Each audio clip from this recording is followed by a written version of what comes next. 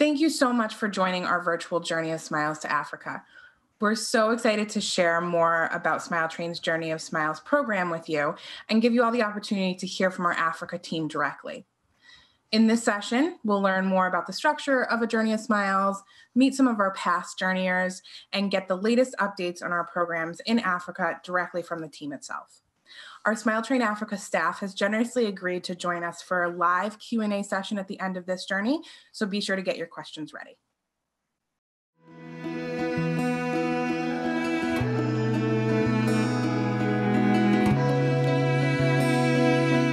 A Smile Train Journey of Smiles is the experience of a lifetime.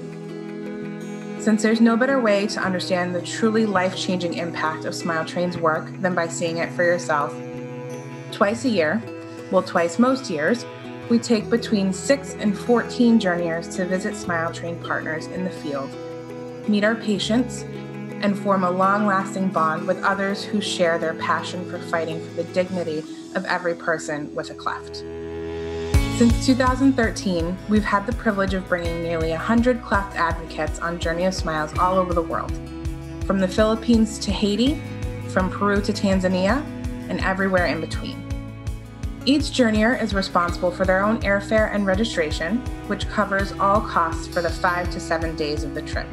That means that from the moment you land until the moment you depart, everything is covered, including lodging, meals, and transportation. Everything except your souvenir shopping. We also encourage journeyers to extend their trips if they can. Sometimes, journeyers are even lucky enough to do an activity with patients or help redecorate a partner hospital. When journeyers visited Guatemala in 2016, they had the opportunity to participate in a speech therapy program with local staff and patients. In 2019, when journeyers visited Smile Train partner Suma in Mexico City, they worked with artist Jason Holfish to help transform their dental office into a space adventure and bring some cartoon friends to life in the hallway. Another incredible aspect of the Journey of Smiles is when patients' families show just how much they trust Smile Train by inviting us into their homes. That's when journeyers are really able to see up close and personal the transformative impact Smile Train has had not only on our patients, but their families and on their entire communities.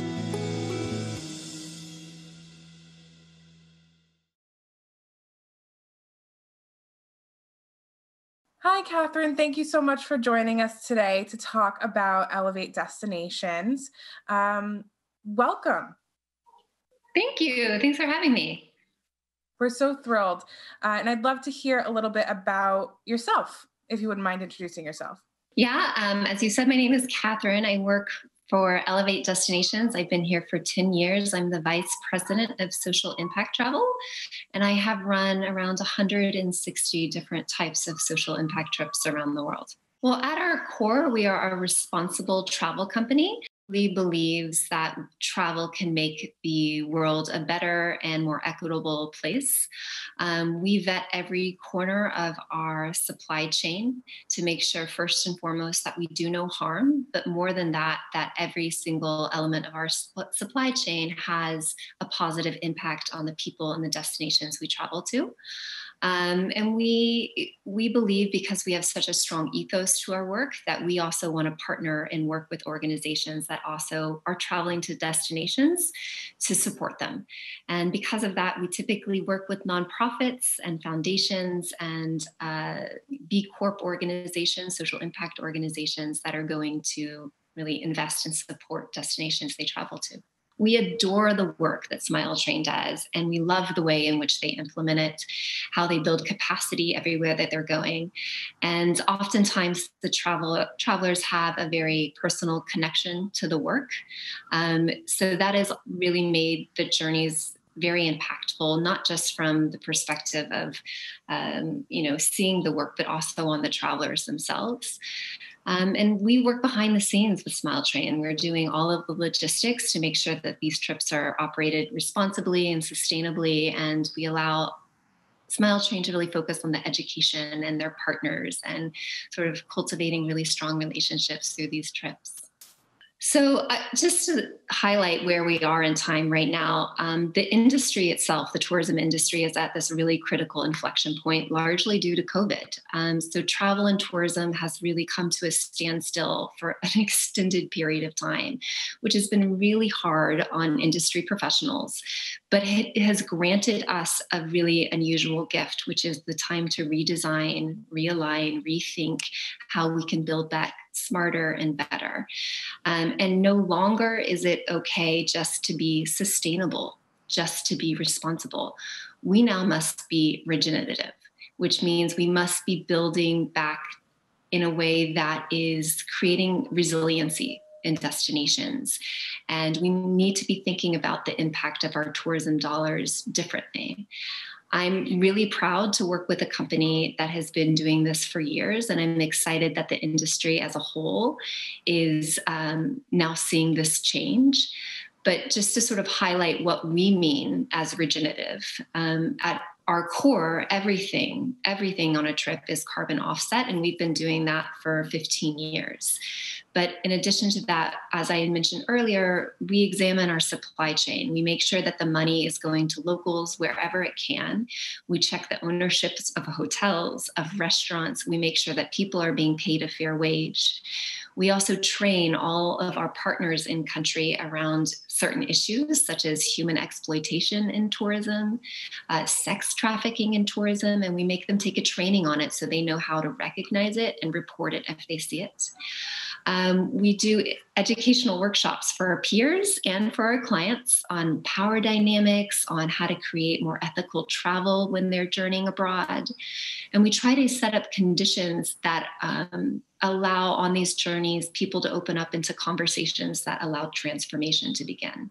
At this point, people need to be thinking more strategically how their company can support clean legislation, what we need to be doing as a travel industry as a whole to think about clean energy, what needs to be done to help prevent climate mitigation and climate change. Trips are complicated and they touch so many different aspects of the world, from, as we can see through COVID, like the airlines, the hotels, the restaurants, the drivers.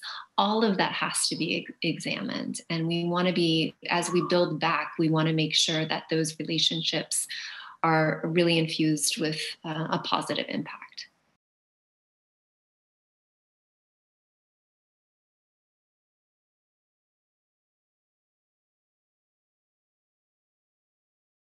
Definitely meeting the kids who had just had surgery, probably, because they still had smiles on their faces, even though they both went through surgery, and watching the mom's faces. I got to meet a mom whose child was having surgery the next day, and she started crying, and she was worried, and I just hugged her and said, no, it's gonna be okay, because I've got to see these doctors, and they're doing amazing work, and her child was going to be okay. Visiting the hospitals and recognizing what they have to go through, it's incredible. And, kind of parallel to what I've been through in the United States with my surgeries, it's very different. And it was a really eye-opening experience. We all are similar in many ways, and we all have to help each other and be there for each other. And I think it's important to see that, and I think this trip has really opened my eyes.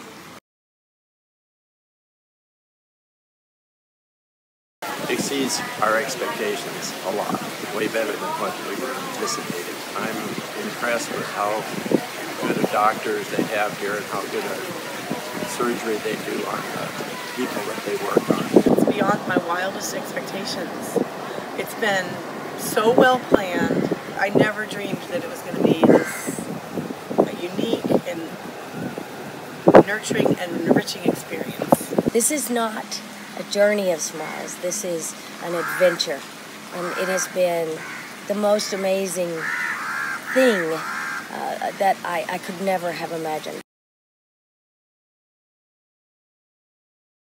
I think you would be benefited in ways you could not possibly imagine if you went on these journeys. This you will remember because you will be changed. I never dreamed what I was going to experience when I came on this trip. Everything has been wonderful.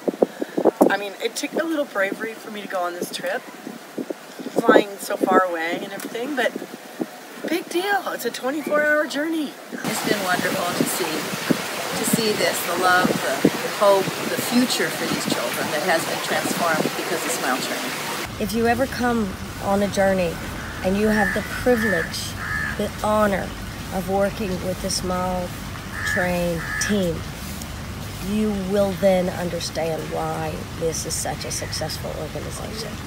Just the amount of planning and work in order for it to seem effortless is a beauty to behold.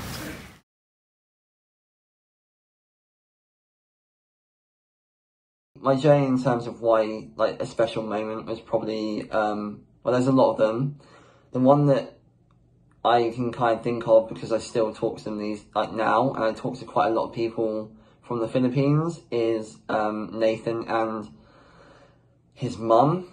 It was quite strange to speak to a mum with a cleft child that had the same cleft as me, and talk to her like I would have, like the words that I would have said to my own mum, if I could speak to her again when I was born, to be able to say that, you know, it's going to be okay because Smile Train are going to look after you.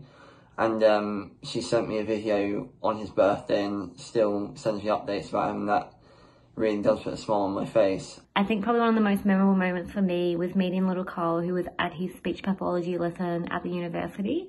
I think it really showed that Smile Train is committed to seeing the treatment through, and isn't just about the initial surgery, but want to make sure that, you know, each patient gets the best care they possibly can. My most memorable experience was the Mumbai Desert Foundation. In a beehive, everyone contributes to make something sweet. That captures the essence of the Smile Train. Meeting the families, doctors, and direct caregivers was a privilege. I loved interacting with the children and hearing their stories and witnessing the love of their parents. I guess my most memorable experience of the Philippines was on our very first day, where we got to meet the beautiful partners at the Mabuhay Desert Foundation. This was a very touching moment for me, obviously interacting with the patients themselves, but also seeing, I guess, the emotion in their eyes and, you know, the real worry and the despair that a lot of them had felt, but also listening to a little bit about their personal stories and understanding what actually got them there to the Mabuhay Desert Foundation.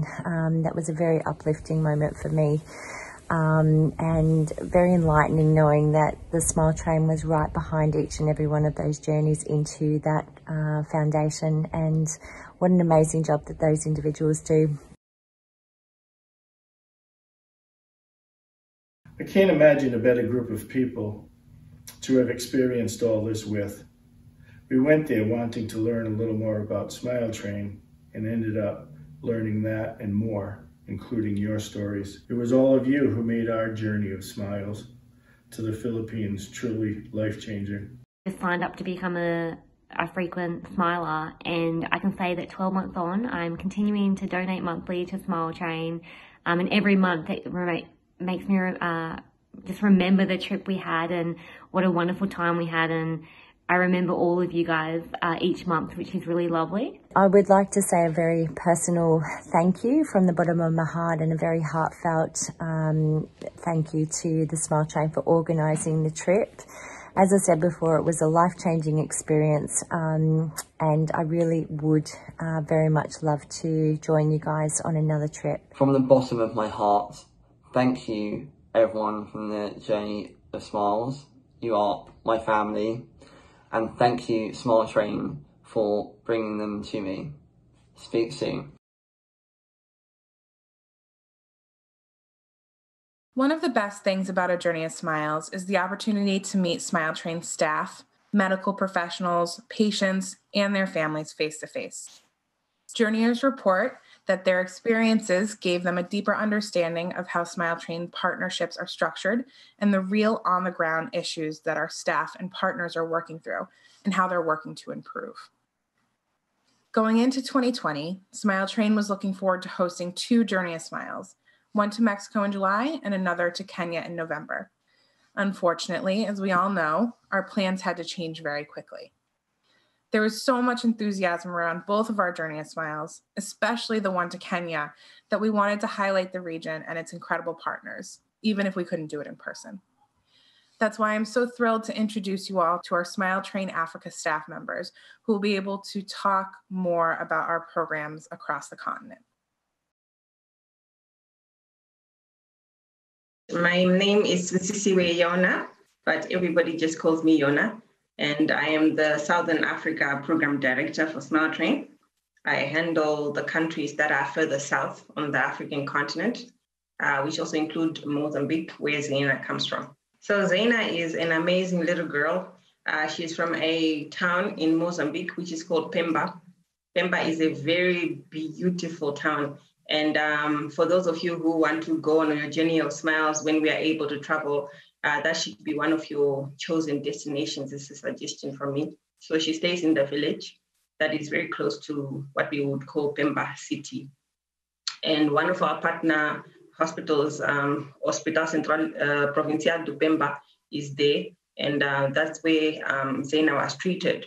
So Zaina had come to the hospital with her mom. She was around 2 years old when we first met Zaina, and she was very shy. And the first time we met her, it was quite an interesting conversation that we had with her because, you know, with the language barrier, I don't speak Portuguese and she doesn't understand English. But there's always something about the human connection that goes beyond languages. So I think that human connection for me and Zaina was found through biscuits. I think you would call them cookies in America. If you gave her a cookie, then she would smile. So I really remember that about Zaina because I spent quite a lot of money buying cookies to convince her to do what we wanted her to do. But she's a sweet little girl and she comes from a big family, a very loving community. So when we did get the chance to go and visit Zaina at home, it was really an exciting opportunity for us because we got to go and see where she lives. We got to go and see her family members. We saw her brothers, her sisters, her aunties. We saw her friends from the community. And one thing that really stood out for me was how they really learned how to accept her in the community. They are a very loving neighborhood where you would find that all the children used to play with Zaina because it really showed that it was an inclusive community that accepted Zaina despite how she looked, even though they knew that she was a little bit different from everyone else. Okay, so someone from their community saw the message advertising the cleft camp that we had planned at the Pemba Hospital. And then this individual went and told Zaina's parents that I've seen there's some people who are here who can operate on Zaina for free and you should go to the hospital. Okay, so Zaina was almost 3. I think she was just under 3 years old by the time we met her. And they had never been to a hospital before for Zaina's treatment because they were really afraid that the costs may be very exorbitant because she comes from a very underprivileged background. And this for them was a great deterrent, you know, on her getting treatment. So when somebody saw the word free on one of our papers, our posters, to them it was like, this is Zaina's chance. So I'm really proud that our organization can provide this treatment for free. So Zaina went to Pemba Provincial Hospital, which is also located in Pemba. So it's literally like 30 minutes from Zaina's house, and it's one of our outreach centers. So this hospital is affiliated to one of our partner hospitals, which is called Beira Central Hospital, which is quite a big hospital in Mozambique. So one of our partner surgeons, Dr. Saraiva Simao, is the one who goes to Pemba and performs the surgeries. And on this particular occasion, we had organized an outreach camp and he had happened to be there to operate on Zaina. When we met Zaina, she was a very healthy, bubbly little girl. And she was just so good. You know, she didn't have any problems during screening. And she didn't have any problems that could have prevented the surgery at that particular time. So she was a perfect candidate for surgery. And we were very happy that we could deliver our promise to her parents to say we could help your child. And we managed to perform the surgery on Zaina, and she received a smile as Smile Train's 100,000th patient in Africa. Zaina is doing fine. She's growing up. She's looking forward to going to school, and we are excited for her. And we'll be following up with her because we really want to know where she's headed in life, what she wants to do. And also, I think she would be a great ambassador for the program in that we operated on her when she was quite young compared to some of the patients that we see in Mozambique. In Mozambique, we still quite have a big backlog of patients.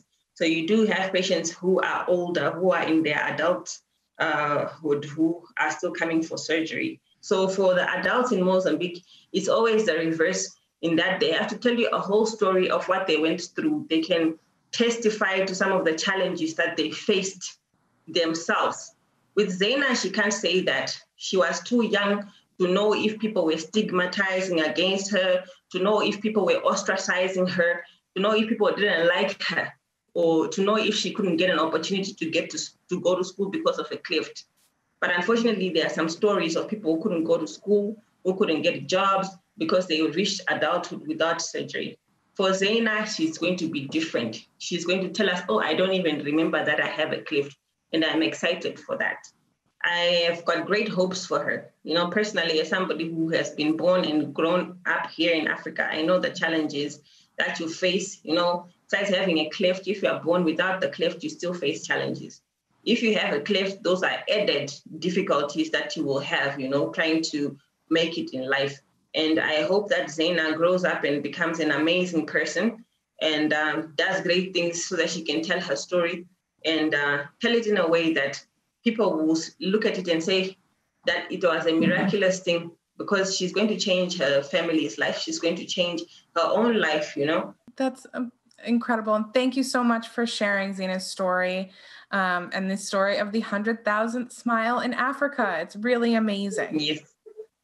Thank you very much. And we hope to have 100,000 more patients in the next coming years. We are making a very big difference. I am so proud to work for this organization. And I know we are going to have 100,000 by 100,000 by 100,000 patients as we move forward as an organization.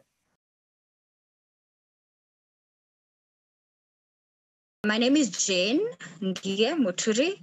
I'm Program Director for Smile Train for the East Africa region. It's a region that encompasses 11 countries, and I'm thrilled to be here and to be speaking to you. We're so excited to have you. Well, let's get started. When and how did Smile Train get started in Africa? Smile Train began operations in Africa in 2002. Our first program started in Kenya, in a hospital called Gertrude's Children's Hospital. And the same year, we had programs starting in Nigeria and in Zambia. In that year alone, we managed to reach 70 cleft patients and provide them with free life-changing surgeries. At the time when we were starting programs in Africa, our main focus was to reach the backlog of patients in Africa, estimated to be in the hundreds of thousands. So over the years, our programs have grown a lot in terms of scale and quality. We are currently in our 18th year of operation in Africa, and so far we are in 38 countries, working with over 250 hospitals and medical teams. And these partnerships altogether have helped us in reaching over 127,000 patients, providing them with free cleft surgery. I should mention that about 50% of these patients have received care in the last 5 years, and this speaks a lot to the investment that we have continuously made over the years in terms of building the local treatment capacity and in terms of program awareness. Apart from that, especially over the last 4 years, we have been able to incorporate comprehensive cleft care into our programs. And so far, we have had a little over 2,000 patients benefiting from free cleft speech therapy, free cleft nutrition, and free cleft orthodontics. One more thing I'd like to point out is the continuous medical training opportunities that we have been providing for our partners. The Nursing Care Saves Lives course was developed in Uganda, and it seeks to provide skills to nurses in providing care to patients both pre-op and post-op. And this training has been run in numerous countries in Africa, reaching over 500 nurses.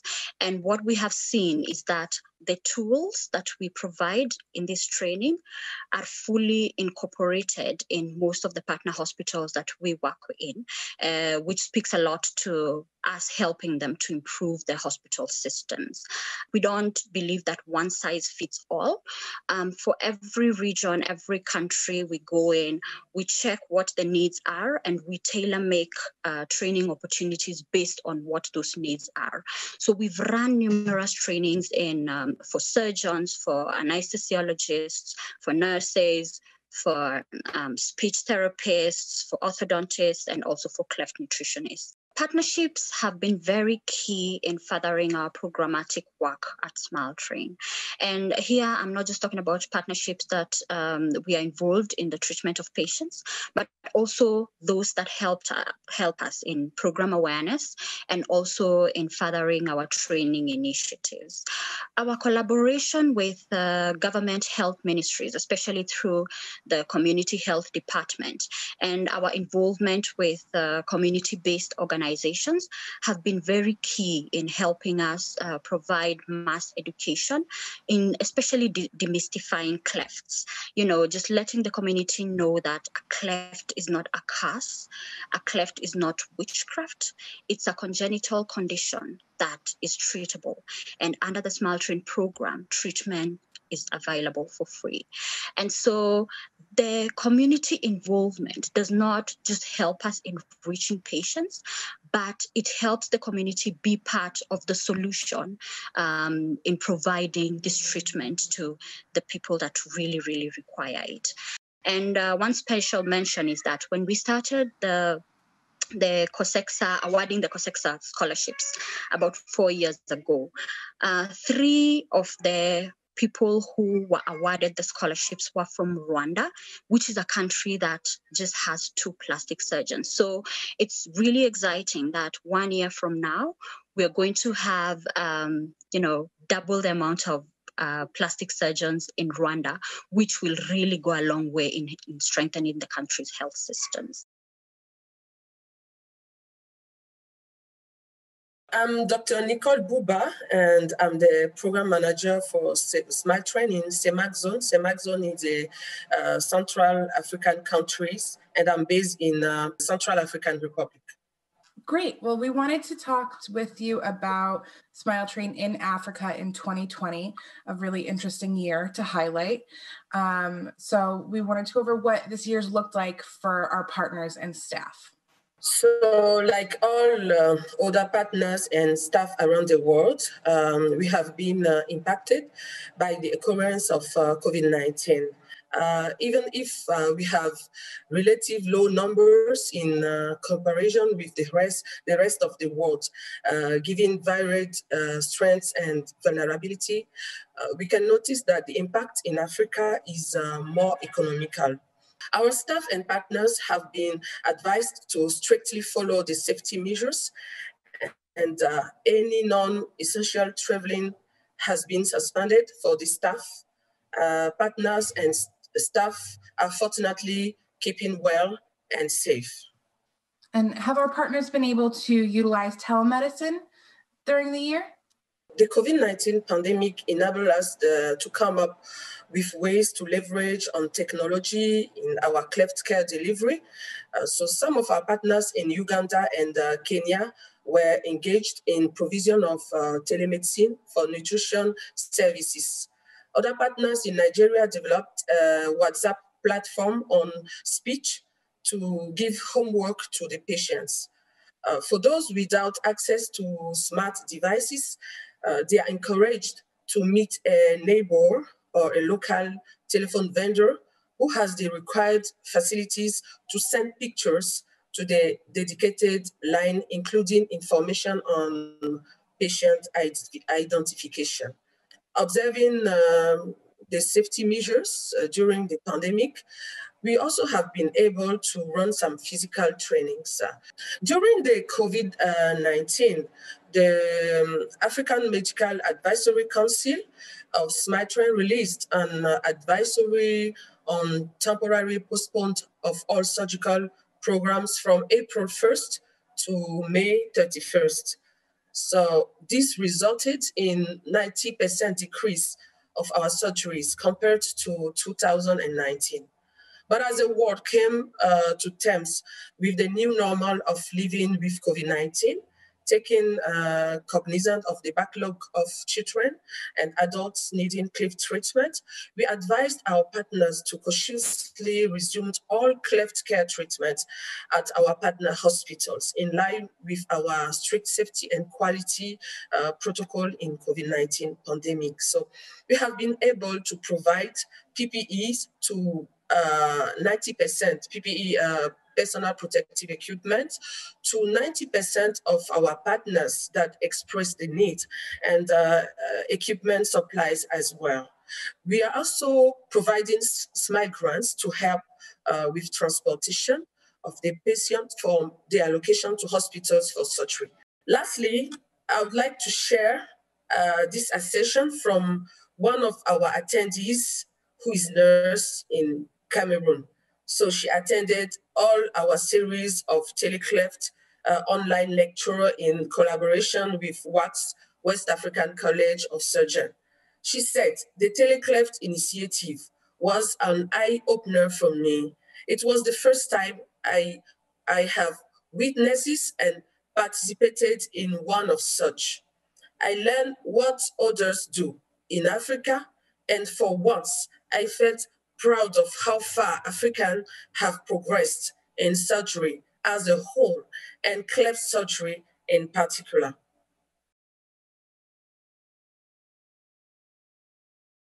Comprehensive cleft care started in 2016 in Nigeria.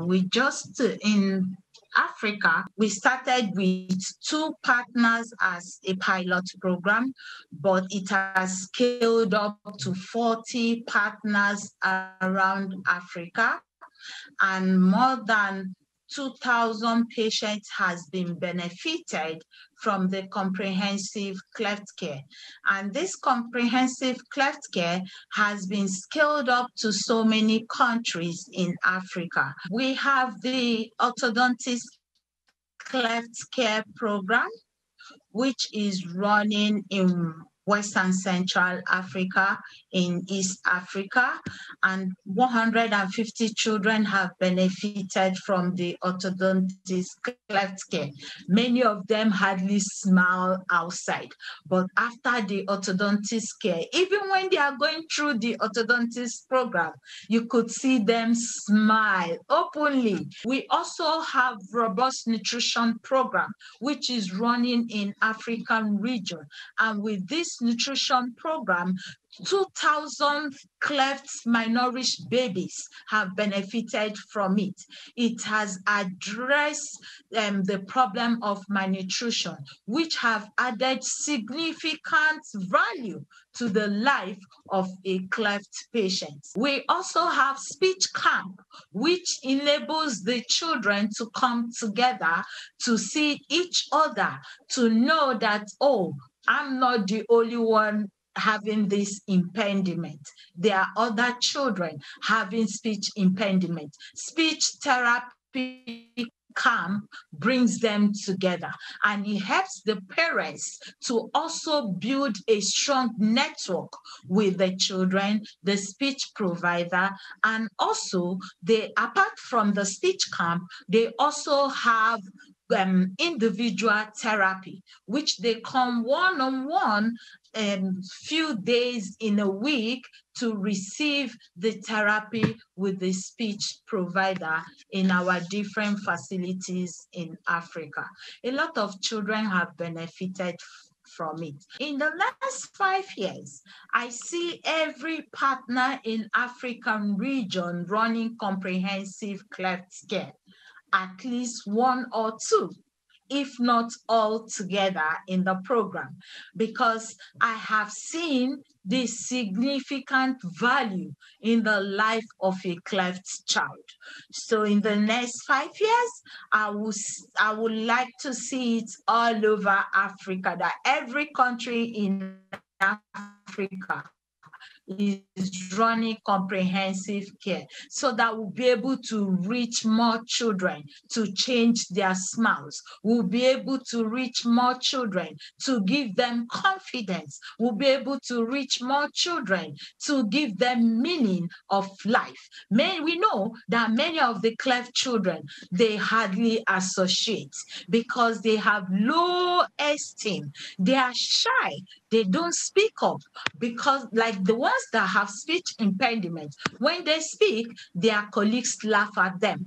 But when we have this program running in every center in African region, we are sure that every child born with cleft that needs orthodontist care, speech impediment, nutrition is being reached.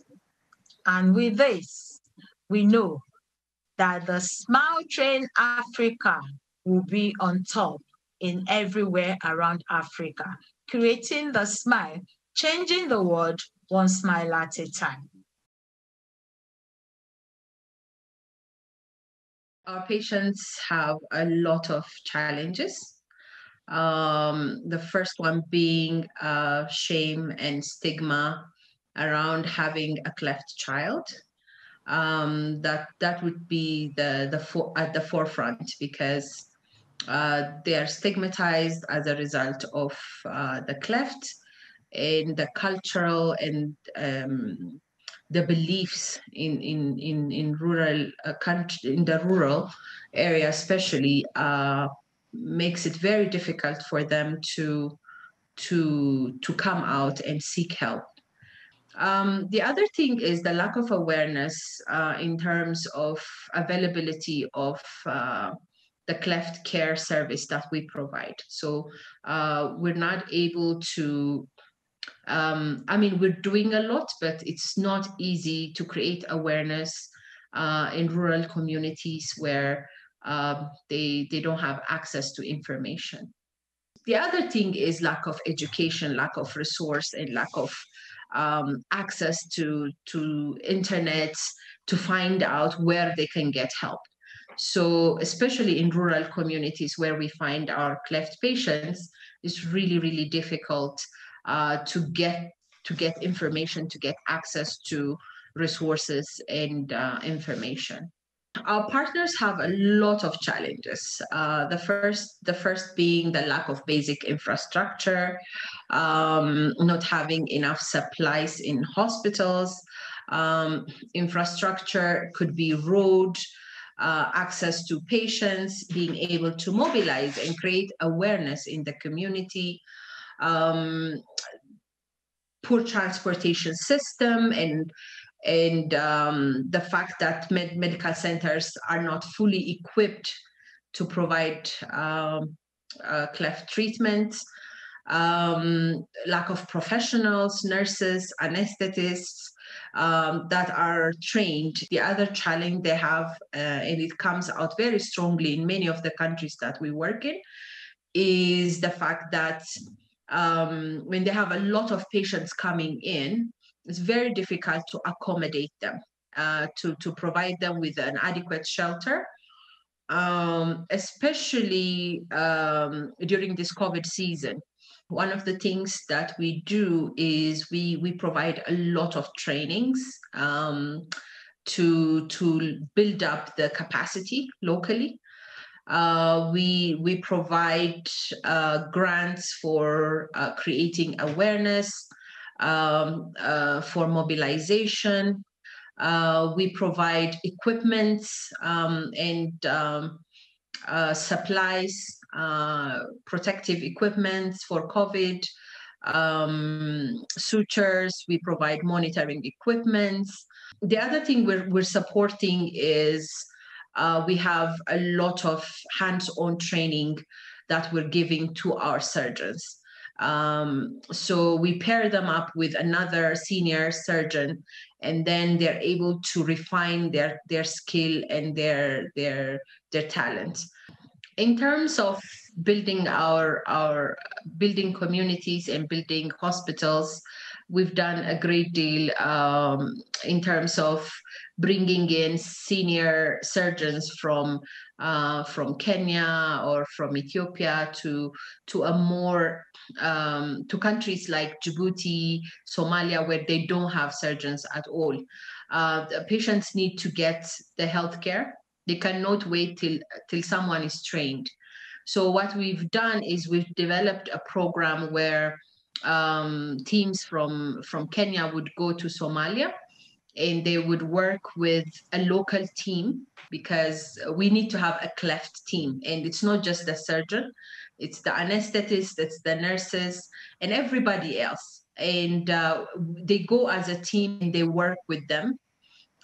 They work with local surgeons, they work with anesthetists, they help them how to properly intubate, following strict protocols for safety. And then a lot of these hospitals have now grown to show that now we don't have to carry nurses with us anymore, because the nurses are now good enough. We don't have to take a lot. We used to take 3 anesthetists at a time. Now we only have to go with 2.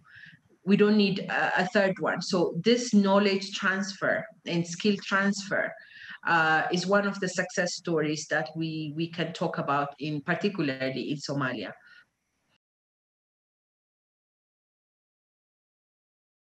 My name is Dr. Esther Njoroge Mureithi. I am the Vice President and Regional Director for Africa at SmileTrain. I am based in Nairobi, Kenya, and have been with the organization for the last 12 years. And I'm happy to be here chatting about the future in Africa. I'm so happy to have you. Thank you for joining again. So I know this is a weird year to ask this, but what do you think the next few years look like at SmileTrain Africa? You're right. It's a weird year because it has been the most unpredictable year, and really even trying to make any plans seems like a moot point. However, we still have to plan because we still have children being born with cleft, and we still have a lot of work ahead of us. So the next 3 to 5 years, Africa will possibly have a lot of investment from SmileTrain.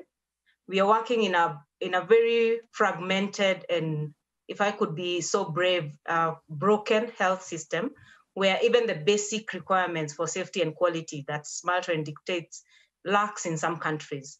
And so we have embarked on a journey of investing in strengthening the health systems in Africa through infrastructure, through training, and through availing equipment that is needed for safe and quality treatment. So the next 3 to 5 years, we'll see us develop a Cleft Leadership Center, which is a flagship project, the first ever in Africa. And this we are developing in Ghana.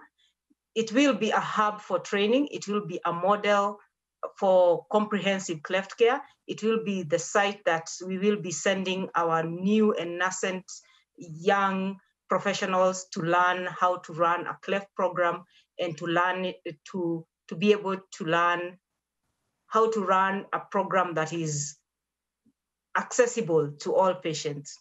Next year is our year of nutrition, where we hope that every child who comes in through the door of a SmileTrain partner is able to be assessed in terms of their nutritional status, that they receive counseling for their nutrition, and that if they are found to be malnourished, they're able to either access treatment at that center or they're referred to a nearest center for rehabilitation. We also hope to develop more of the speech therapy, and as well as orthodontics and psychosocial support.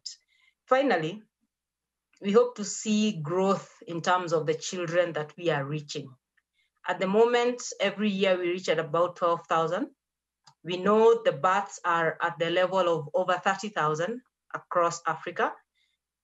Therefore, there is still a huge gap.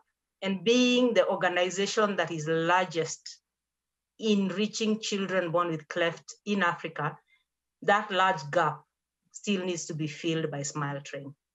The investments that Smile Train makes are not short-term. They're not hit and go or hit and miss. They are lasting partnerships that will invest in the health systems, that invest in the human resource, that invest in the infrastructure. And therefore we hope, and we know, we don't just hope, we know that the investments we are making, the partnerships we are building are for the long haul. And therefore 5 to 10 years from now, we hope to see Smile Train in every country in Africa. We are in 38 countries at the moment. We hope to see Smile Train as a household name, where when you talk about a cleft child, they say, you know what, I know the organization, and they refer that child to Smile Train. And we hope to continue being the leaders that we are in cleft care. But of course, I can't overemphasize that the partnerships that we build on the ground, because we don't do the work ourselves, is through the partners, will be the centerpiece of ensuring this success and growth 5 to 10 years from now. And is there any other stories or topics that you wanted to cover about what the future holds for Smile Train in Africa? Well, for starters, I hope in the future we will be able to have this as an actual journey of smiles on ground, because the amazing transformation that is cleft treatment is easily lost in pictures. Yes, it's wonderful when you see the before and the after, but I can tell you for free, when you hold that child or when you look them in the eye and you see the beaming joy in their parents, in themselves, that cannot be replaced by this kind of sharing. And so I hope that we will be able to have an actual journey of smiles, because once you interact with these children, you're sold. You just want to be part of their lives, helping them. And just allow me to take this one moment to really appreciate each and every person who will hear this message, because it's through their support that we are able to do the amazing work that we are doing. It's through their support that we have been able to reach close to 130,000 children with free surgery. It's through their support we are able to invest in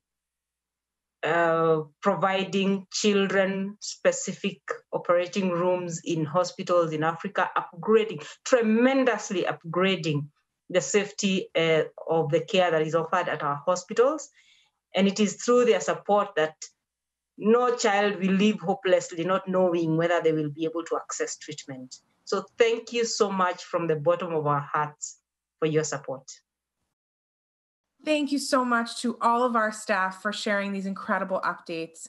We can't wait to visit Kenya on our next in-person Journey of Smiles as soon as we possibly can. And now we're so excited to begin our live question and answer session. Please make sure to include your questions in the chat below, and we'll make sure to get to as many as we possibly can.